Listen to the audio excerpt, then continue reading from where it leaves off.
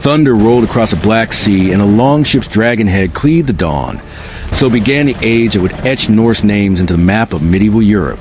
The Vikings were not a single people, but bold seafarers on the coasts of modern Norway, Sweden, and Denmark, whose wooden ships carried them into monasteries, markets, and distant courts from about 800 to 1050 CE. Their raids struck fear into remote coasts, but their reach extended far beyond pillage.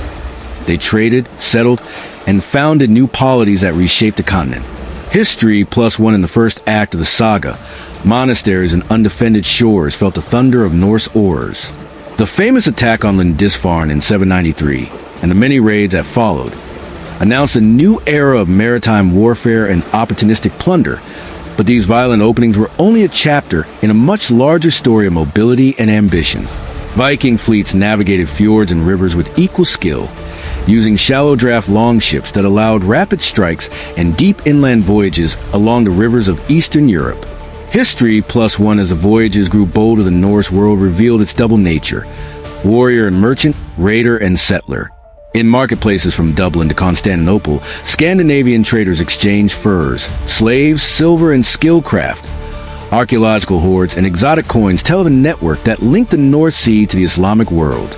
Many Vikings wintered in foreign lands, founded towns, and intermarried with local peoples, giving rise to hybrid cultures such as the Norse Gaels and, eventually, the Normans. National Museum of Denmark, +1 behind the outward thrust lay pressures at home. Population growth, elite competition, and the lure of wealth and status. Young men without land or prospects found that a successful voyage could secure riches, marriage prospects, and standing. Political centralization in Scandinavia.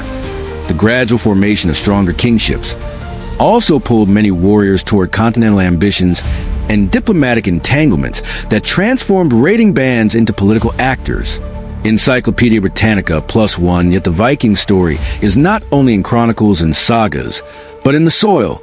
Recent archaeological discoveries continue to deepen and humanize the picture. Well-preserved burial sites, richly furnished graves, and new DNA evidence reveal whole communities, farmers, craft workers, women and children, whose lives underpin the seafaring feats. These finds show Vikings as complex people whose influence was cultural and economic as much as military. AP News +1, the final turn of the tale came as Europe adapted. Coastal defenses hardened, Christian kings consolidated power, and Norse elites were absorbed into emerging European polities. By the mid-11th century, the era of dramatic outward expansion ebbed. The Norse had left a lasting legacy: place names, legal customs, artistic motifs, and dynasties that could trace roots back to those wooden keels and roaring harbors. What began as raids ended as settlements, trade networks, and a reshaped medieval world.